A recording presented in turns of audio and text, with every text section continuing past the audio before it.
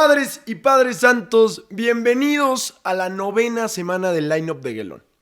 Antes de empezar con el resumen deportivo que yo sé que ustedes esperan con ansias, quiero insertar un breve comercial personal y, más importante aún, agradecer a las 67 personas que en algún punto se unieron al stream de la final de la Copa del Rey. Y para los que no saben de qué estoy hablando, decidí que además de grabar su podcast favorito, abriría un canal de Twitch con el objetivo de narrar los mejores partidos, ya sea de fútbol americano, de fútbol, de básquet, de lo que sea.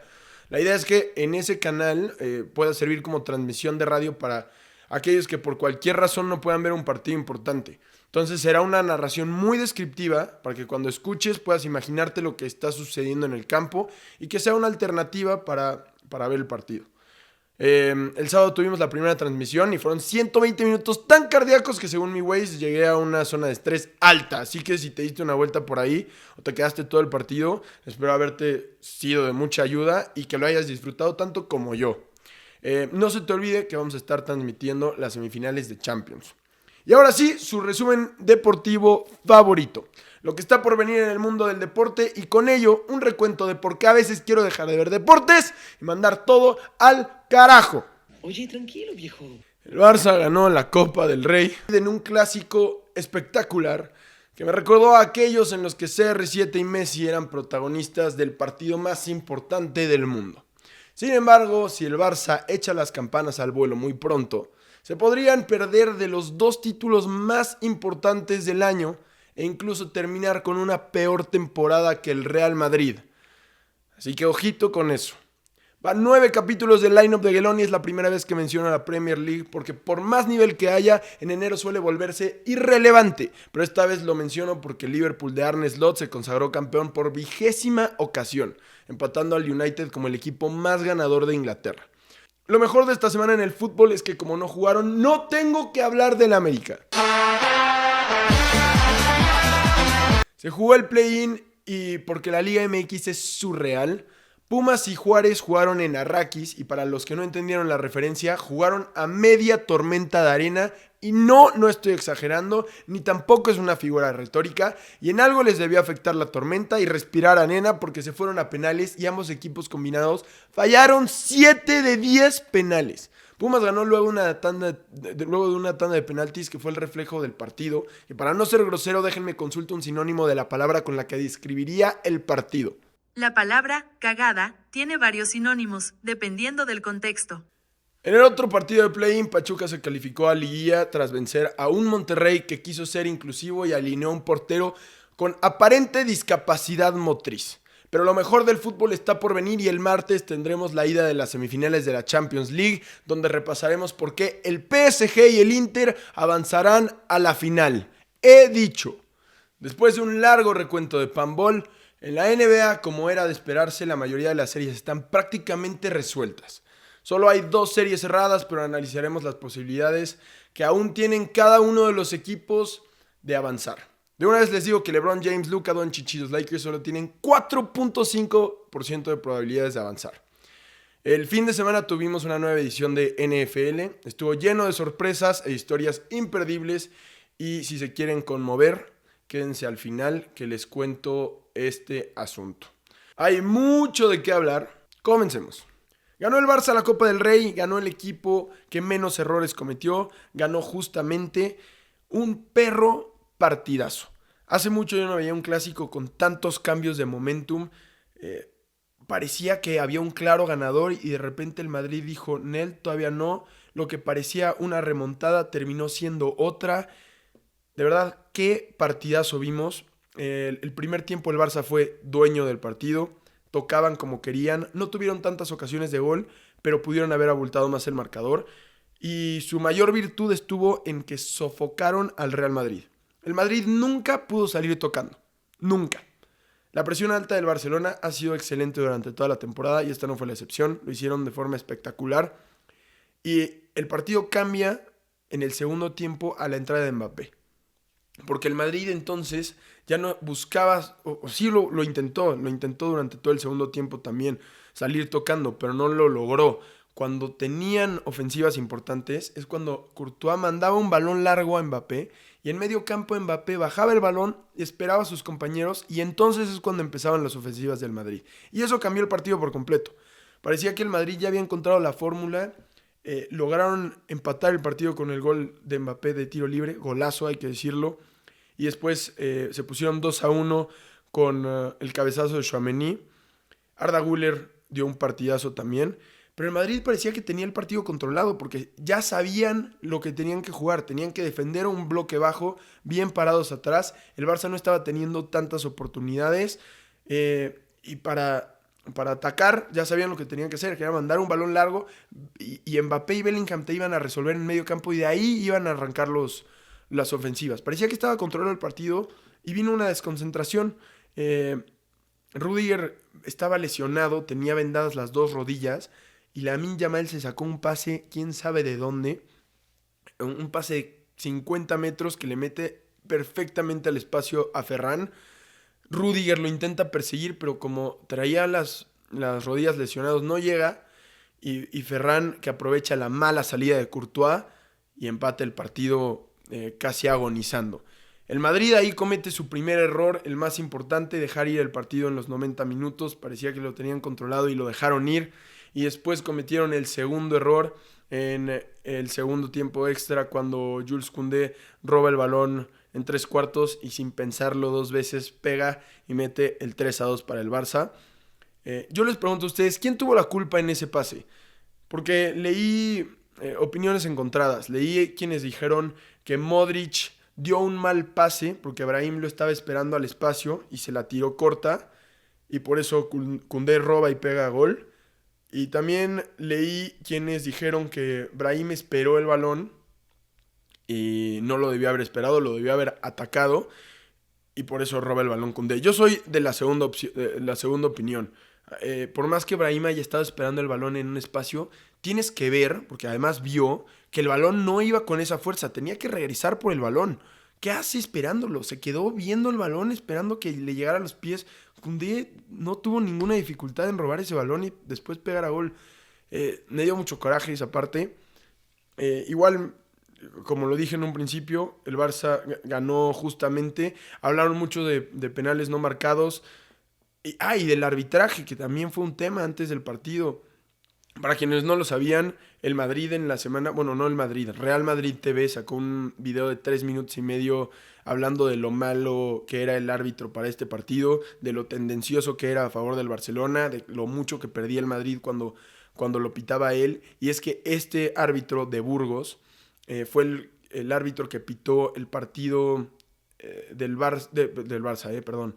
Pitó el partido del Madrid contra el Valencia cuando fue este tema de racismo que le gritaron mono a Vinicius, que se paró el partido, que Vinicius ya no quería jugar, no terminó por expulsar a nadie, no terminó por hacer nada. Entonces de ahí vino el reclamo del Madrid, que era entendible en cierta forma. Yo personalmente creo que quejarse del arbitraje es muy de equipo chico, no es digno del Madrid quejarse del arbitraje. Si el Madrid estuviera en otras circunstancias, yo no creo que se hubieran quejado del arbitraje. Si el Madrid estuviera líder en la Liga, en semifinales de Champions, para nada hubieran hablado de este árbitro. Y de todas maneras, el árbitro, con todos los temas negativos que tenía encima, con toda la connotación negativa que tenía este partido, pero bien, o sea, modificó el penal que era inexistente, no dejó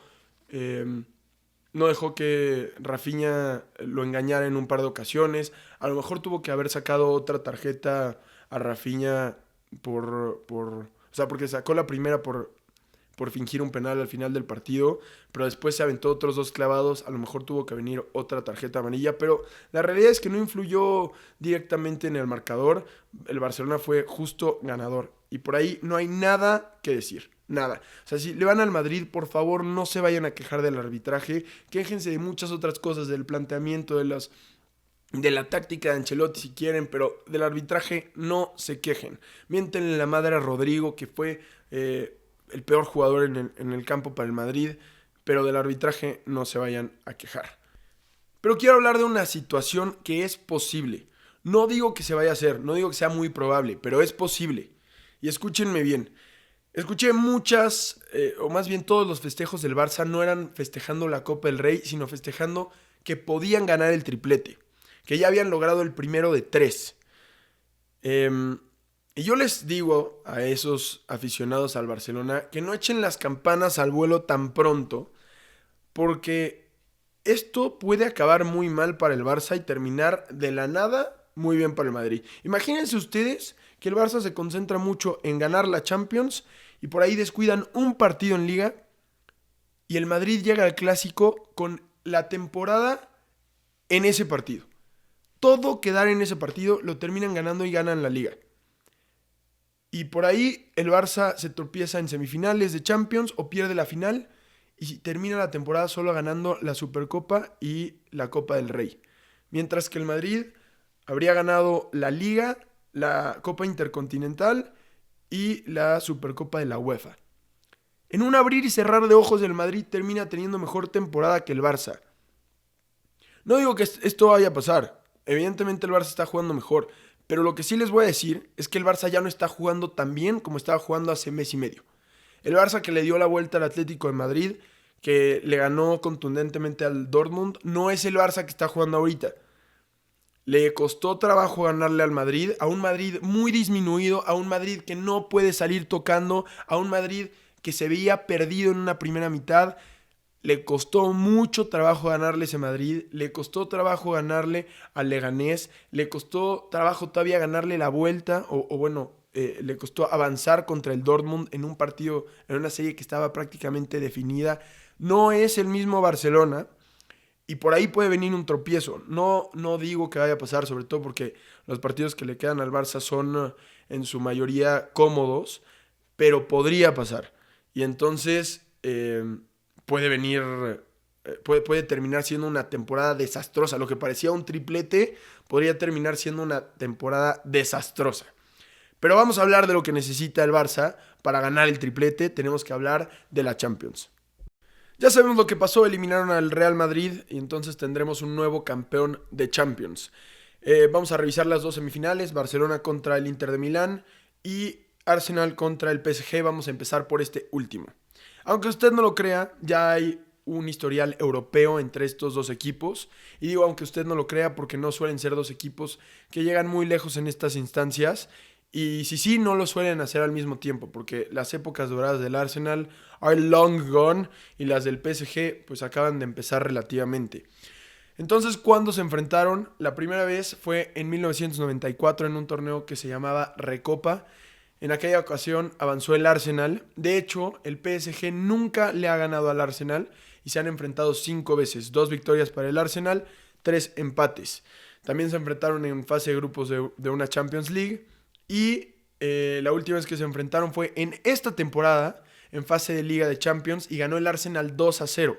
Pero el PSG no juega ni cerca no jugaba ni cerca de lo que juega ahorita. Ahorita es muchísimo mejor equipo, funcionan mucho mejor, entonces no lo pondría como comparación para saber quién va a ganar. Coincidencias que tienen estos dos equipos es que ambos aplastaron a sus rivales en los cuartos de final. Bueno, el Arsenal aplastó al Real Madrid y el PSG aplastó en el funcionamiento al Aston Villa, aunque en el marcador al final se terminó apretando muchísimo y pareciera que pudo haber sido una noche fatídica para el PSG. La realidad es que jugaron mucho mejor fútbol de lo que hizo el Aston Villa. O sea, de verdad les pasaron por encima. Y coincidencias históricas, ninguno de los dos equipos ha ganado la Champions. Jamás. Ambos ya llegaron a una final. El Arsenal llegó en el 2006 contra el Barça, que está en la otra llave. Y el PSG llegó en el 2020 contra el Bayern el Bayern Múnich en aquella temporada de COVID. Pero ¿por qué es importante que ninguno de estos dos haya ganado la Champions?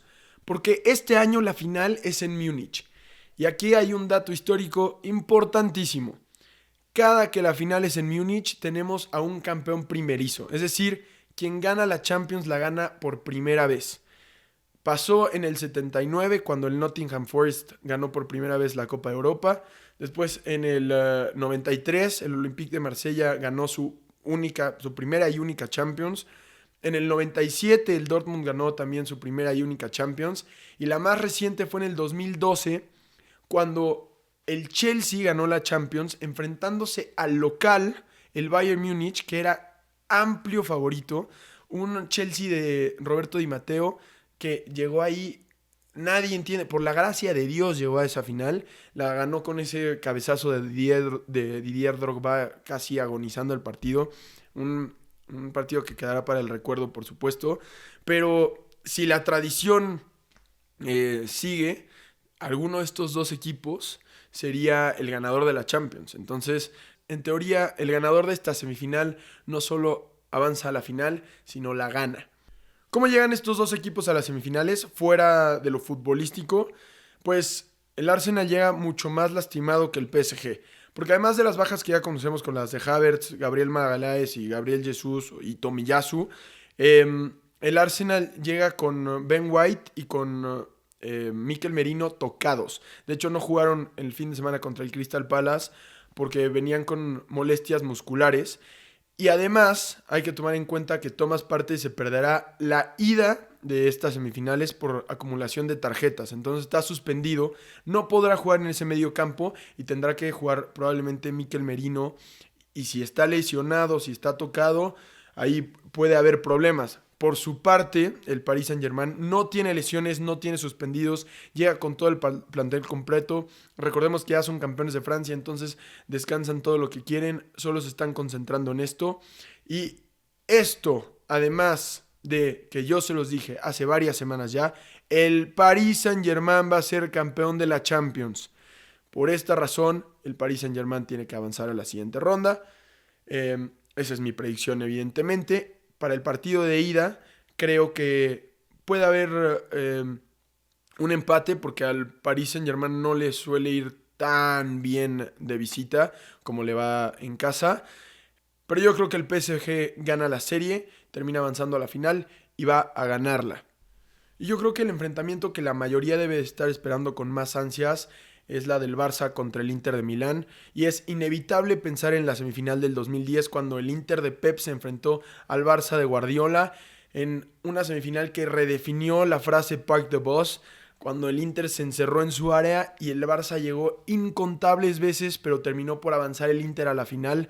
Esa final que se jugó en Madrid y que terminó ganando el Inter, salió campeón, la última vez que salió campeón el Inter, de hecho, que le ganaron 2-0 al Bayern Múnich, perdón, con esa actuación de Diego Milito que recordaremos por siempre. Pero se han enfrentado varias veces estos dos equipos, en 12 veces se han enfrentado en competiciones de UEFA, y el balance es favorable para el Barça porque han ganado 6 veces, han empatado 4 y 2 veces la ha ganado el Inter de Milán. Ahora, ¿cómo llegan a esta final? Pues como todos sabemos, el Barça llega muy bien anímicamente, acaban de ganar la Copa del Rey, son líderes de la liga, vienen jugando un excelente fútbol. Entre el Barça y el PSG han demostrado el mejor fútbol en Europa este año, pero viene el Barça con dos bajas muy importantes, sobre todo para el partido de ida. No contarán con Robert Lewandowski y no contarán con Alejandro Baldé para el partido de ida. Eso ya es prácticamente seguro. Para el partido de vuelta no contarán con Lewandowski muy probablemente y Baldé a lo mejor sí puede regresar para entonces. Pero esto supone supone dos bajas muy muy importantes para el Barça. Porque como vimos en la final de la Copa del Rey, por banda izquierda ya no tienen profundidad porque Gerard Martín no desborda nunca. Todas las bolas que tiene van para atrás siempre. No desbordó una sola vez Gerard Martín en ese partido y se notó la ausencia de Baldé. Se va a seguir notando seguramente contra el Inter de Milán. Ahora, ¿cómo llega el Inter? También llega un poco mal porque no han podido ganar en sus últimos 3 partidos. Perdieron contra el Genoa en la Liga, después perdieron contra el Milán en la Copa y volvieron a perder también contra la Roma 1-0 este fin de semana. Entonces no llegan en buen momento. Parecía que estaban enrachados, pero también se cayeron bastante. De hecho, el Inter pierde el liderato de la Serie A este fin de semana. Ahora están persiguiendo al Napoli y se tienen que concentrar en ambos torneos. Pero el Inter también tiene lesiones importantes, sobre todo las de Thuram y Pavard. Estos dos jugadores que son muy importantes para el Inter de Milán están en duda. Pavard apunta a que no podrá jugar y Thuram se habla de que van a empujar lo más que se pueda y decidirán hasta el último momento si podrá o no jugar. Esto va a ser muy importante, sobre todo si se confirma la baja de Thuram, porque el Inter ataca muy bien y Thuram juega muy bien de poste, juega muy bien apoyándose con Lautaro Martínez. Lautaro Martínez que ya está en buena forma. Eso es muy importante para el Inter. Si juega Thuram, creo que van a ganar el primer partido con la baja de Valdé y de Lewandowski. Sí hablé de la baja de Lewandowski, ¿no? Ah, sí, lo dije. Importantísimo que no juega Lewandowski. Ganarán el primer partido. Recordemos que ambos equipos son ultra ofensivos. El Barça es la mejor ofensiva de Europa en este momento, pero el Inter no se queda muy lejos. Son la cuarta mejor ofensiva.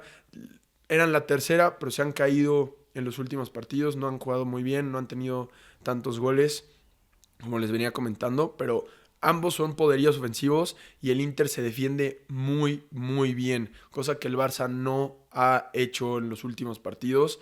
Entonces yo creo que ahí puede venir la diferencia. No voy a decir aún que va a avanzar el Inter de Milán, pero creo que si gana el primer partido, avanzarán a la siguiente ronda. Quiero ver cómo juegan, quiero ver cómo se desenvuelven ambos equipos en la ida, pero creo que avanzará. Sí, me voy a mojar, ¿por qué no? Va a ganar el Inter la ida, van a avanzar a la final de la Champions League. De una vez les digo, entonces, la final, según mis predicciones, serán París Saint-Germain contra el Inter de Milán. Para terminar con el fútbol europeo, quiero hablar de que el Liverpool ganó su título número 20 en Liga Inglesa. Empata al Manchester United como el máximo ganador en esta competición. Y Mo Salah metió gol, superó al Kun Agüero como el quinto máximo anotador en la historia de la Premier League. Quiero hablar del United rápidamente. ¿Por qué? ¿Por qué voy a hablar del United cuando el Liverpool es el que hizo las cosas excelentes? Porque sería desastroso. El United tiene que ganar la Europa League. Sería desastroso que en la temporada en la que el Liverpool los empata como máximos ganadores, el United quede en la posición 14 o 15 de la Premier, no gane Carabao, no gane FA Cup y lo elimine el Athletic de Bilbao o el Bodo Glimt en la final, imagínense eso. O el Tottenham incluso, sería vergonzoso, sería desastroso. Es la única forma que el United pueda salvar un poco de dignidad esta temporada, es que ganen la Europa. Ojalá que pase. Creo que con la remontada que hicieron en cuartos de final y con esta noticia de que el Liverpool ganó y los empató, tienen que salvar algo, tienen que decir, puta, parece que estamos muertos, pero aún no lo estamos del todo. Y lo tienen que hacer. Un grande de Europa no puede caer de esta forma. Vamos con un recuento de los playoffs de la NBA. Iba a decir que están que arden, pero la realidad es que no, están bastante resueltas. Hay dos series que todavía están muy cerradas, pero la mayoría están bastante definidas. Igual vamos a revisarlas una por una, comenzando por la conferencia este. Los Cleveland Cavaliers están a un juego de barrer 4-0 a Miami, en una serie que han dominado por completo todas las facetas del juego. Aquí lo relevante es que ningún equipo en la historia de la NBA ha logrado remontar un 0-3 en contra. Entonces se ve muy complicado para el Heat que lo puedan hacer. No van a ser ellos quienes sean los primeros en remontarlo. Son un equipo que perdió más juegos de los que ganó a lo largo de la temporada. Y no le puedo dar un 100% de probabilidades de avanzar a Cleveland porque querría decir que ya lo hicieron y no lo han hecho. Pero sí les doy un 99.999999% de probabilidades de avanzar. Que el Heat logre esta hazaña raya lo imposible, pero raya con una rayita muy, muy, muy delgada. En otra serie de la conferencia este, los Celtics le van ganando 3-1 al Orlando Magic. Un Magic que se puede sentir orgulloso de la temporada que han hecho. Le han plantado cara a los Celtics. A lo mejor el 3-1 no refleja lo que han sido los partidos, pero la realidad es que Boston termina por ser superior, sobre todo en el último tramo del juego. El Magic, que suele tener el partido cerrado, pero en el último cuarto Boston se despega porque son superiores, pero igual el Magic se puede sentir orgulloso de haber llegado hasta donde llegaron y de haberle arrebatado un partido a Boston. Eso hay que aplaudírselos, chapeau, van por buen camino. Esto no se lo doy yo, esto es un fact. Tienen 95% de probabilidades de avanzar, o sea, Boston. Y el Magic tendría 4.5, porque es 95.5 lo que tiene Boston, entonces 4.5 lo que tiene el Magic. Aquí otra cosa relevante es que más del 50% de las series que están 3-1 terminan en el partido 5.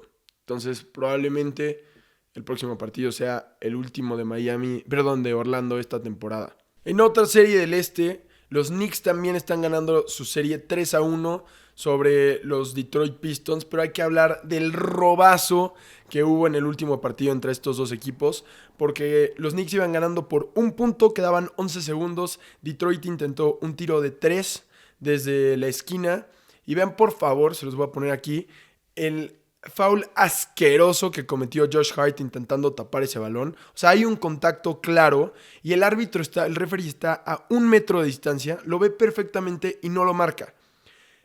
Al no marcarlo, pierden los Pistons este partido y de haberlo marcado lo hubieran ganado, lo que hubiera querido decir que la serie en vez de estar 3-1 se hubiera puesto 2-2.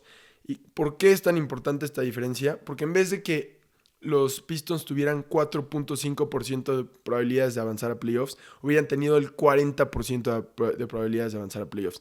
Todo, o sea, cambió 35.5% la probabilidad de un equipo de avanzar por la decisión de un árbitro que estaba a 1 metro y que vio una jugada clarísima. Entonces eso me parece increíble en una liga del nivel de la NBA. Es inaceptable y espero que no se repita. Ojalá Detroit pueda salir de esta anímicamente y nos den una serie más cerrada. Lo digo desde un punto de vista como fanático, como fanático del deporte, porque yo le voy a los Knicks, ni siquiera tendría que estar pidiendo por otro partido. O sea, de hecho estoy muy contento porque ganaron, pero la realidad es que Detroit ha merecido más a lo largo de la serie. Estoy siendo muy crítico con unos Knicks que no juegan bien básquetbol, aunque ayer jugó muy bien Karl Anthony Towns y también Jalen Brunson, y verlos a los dos es una joya, es un deleite. Y en la última serie del este, los Pacers le están ganando también 3-1 a los Milwaukee Bucks. Entonces también tienen 95% de probabilidades de avanzar. Pero yo les daría un 2 o 3% más, porque en el último partido los Bucks perdieron a Damian Lillard. Ahora sí no jugará el resto de la temporada probablemente. Parece ser una lesión seria, esta vez en el tobillo. O sea, creo que no reagravó la lesión pasada. Esto fue una jugada durante el partido. Y pues pierden a su segundo mejor jugador. Entonces, si con él no habían podido sacarle más de un partido a los Pacers, sin él tampoco lo van a hacer. Esto se va a terminar en el próximo partido. Recordemos que 153 partidos de los 275 que han terminado después de un 3-1 acabaron en el quinto juego. Entonces, 61% de probabilidades de que acabe el próximo partido. Yo le daría a lo mejor un poquito más, un 70%. Prácticamente definidas todas las series del este. Pasemos al oeste. De este lado tenemos al primer clasificado a la siguiente ronda de los playoffs. El Thunder le pasó por encima 4-0 a unos Grizzlies que estaban muy disminuidos por lesiones, pero que igual se vieron muy superados por un Thunder que es liderado por Shai Gilgeous-Alexander, que está en plan grande. Promedió 27 puntos por partido, pero pudo haber sido mucho más. En el último partido nada más jugó 23 minutos y tuvo 15 puntos, lo cual disminuyó mucho su promedio. Pero pues sí, el Thunder fácilmente avanzó, como todos lo esperábamos. Ahora sí hablemos de las series que están buenas. Empezando por una que me está emocionando muchísimo. 3 de 4 partidos han sido excelentes, se han definido por una posesión, han sido espectaculares. Los Nuggets y los Clippers nos han dado una de las mejores series de los últimos años.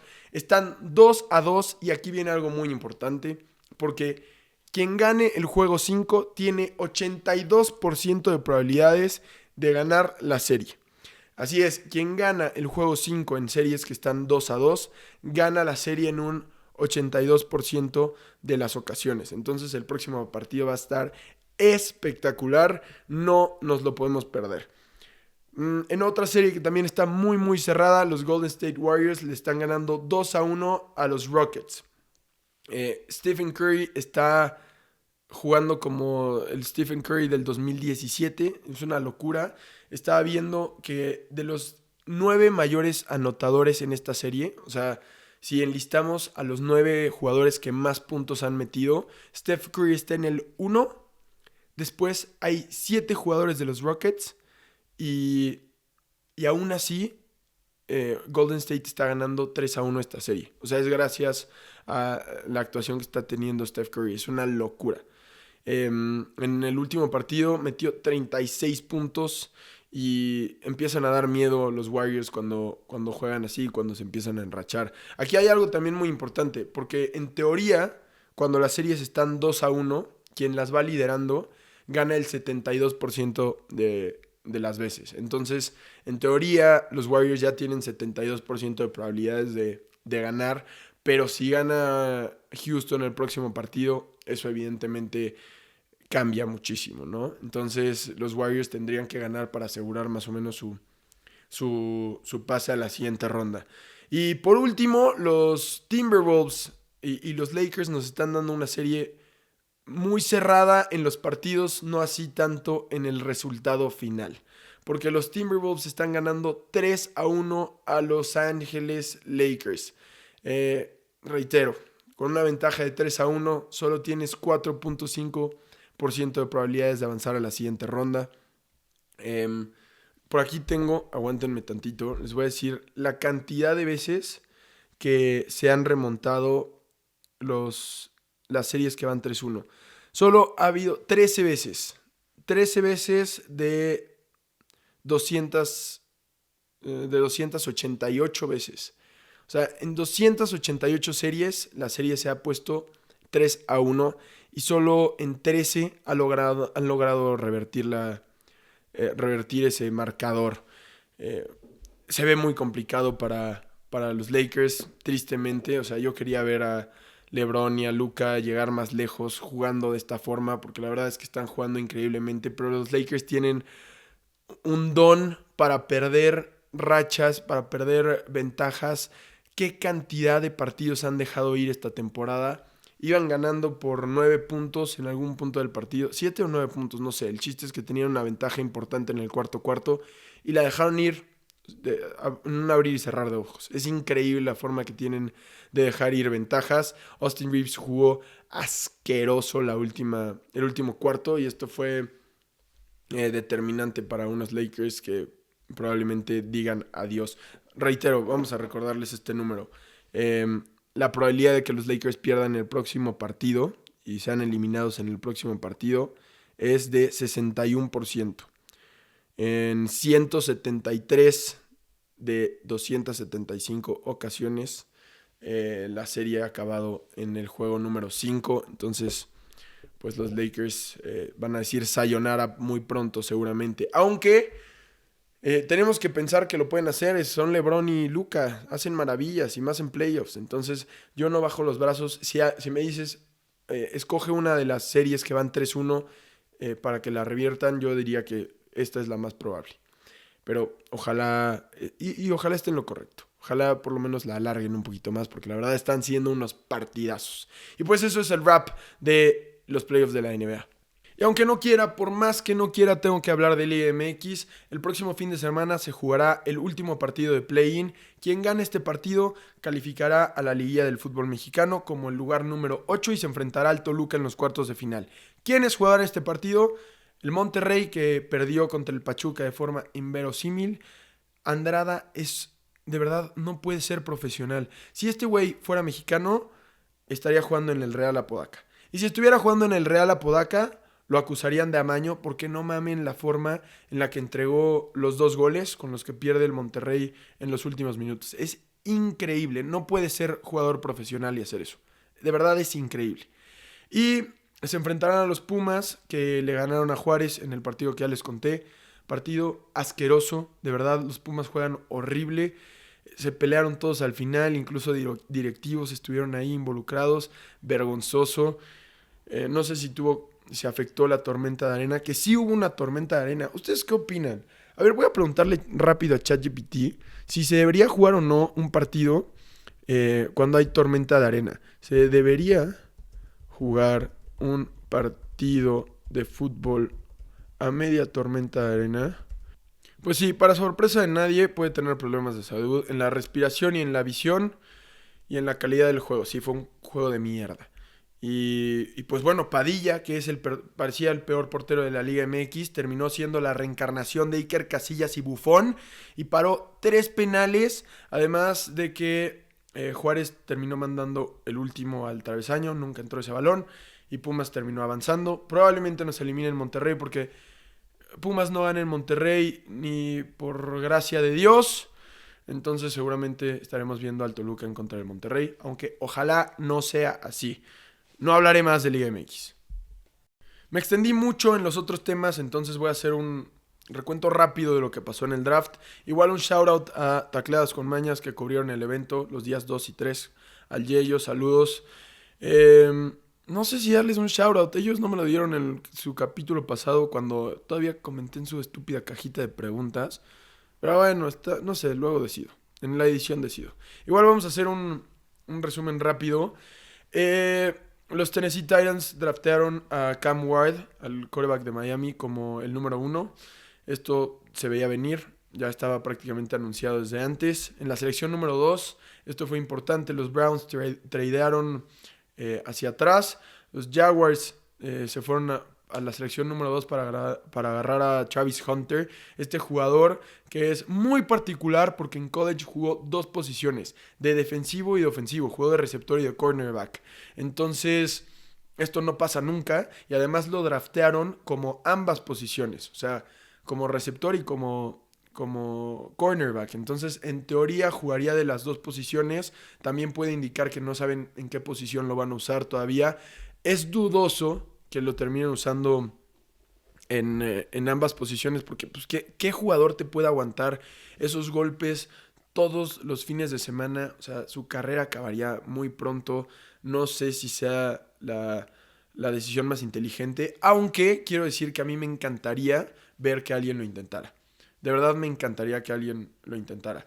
Y en la sorpresa más grande del draft, Shedeur Sanders, el hijo de Deion Sanders, Hall of Famer de la NFL, quarterback de Colorado, que iba a ganar $5 millones si se quedaba el próximo año en la universidad. Creyó que iba a ser drafteado en los primeros 5 picks de este draft y terminó siendo drafteado en el tercer día, en la 5ª ronda. Incluso varios equipos que necesitaban quarterback lo dejaron pasar varias veces. Los Giants draftearon a Jackson Dart antes de agarrarlo a él. Pittsburgh de plano no agarró a nadie antes que a él, nada más lo dejó pasar y lo dejó pasar. Al final fue Cleveland quien drafteó a Shedeur Sanders en el pick 144. ¿A qué se debe que un jugador que tenía tanta proyección o una proyección tan alta se haya caído tanto? Pues a su actitud principalmente, una actitud muy eh, egocéntrica, muy como si ya lo hubiera ganado todo cuando no lo ha ganado nada. Se me fue la palabra, la verdad, en español, pero su papá era igual y terminó siendo Hall of Famer, la verdad. También creo que influye mucho que su papá es un hablador y va a estar ahí jodiendo todo el día en la institución en la que esté su hijo. Y pues aventarte ese paquetito de 2 divas está medio cabrón, pero bajó muchísimo. O sea, no sé si tenga tan poco talento como para irse en la quinta posición. Y nada más les quería contar una historia un poco triste. Eh, este es el lado humano, a lo mejor triste, pero también está padre, está wholesome, es como cerrar un ciclo.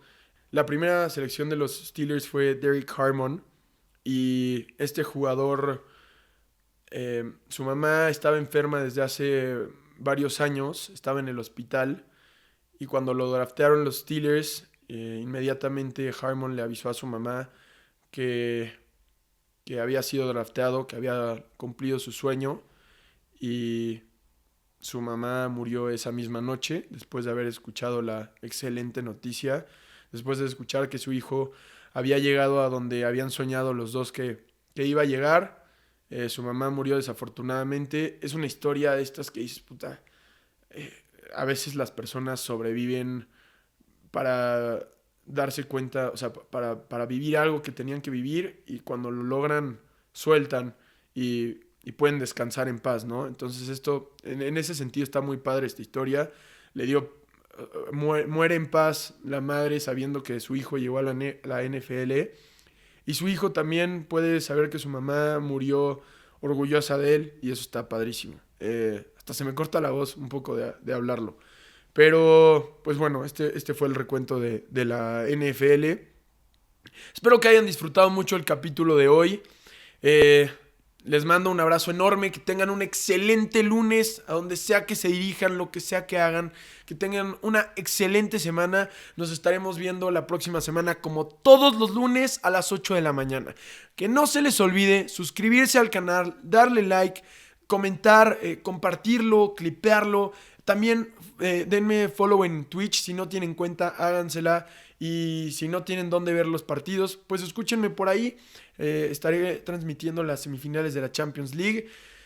Y pues bueno, les mando un abrazote, los quiero mucho. Nos estaremos viendo la próxima semana. Besotes, miéntenme la madre, díganme que soy un genio, no importa, lo importante es tener una conversación. Nos vemos la próxima semana.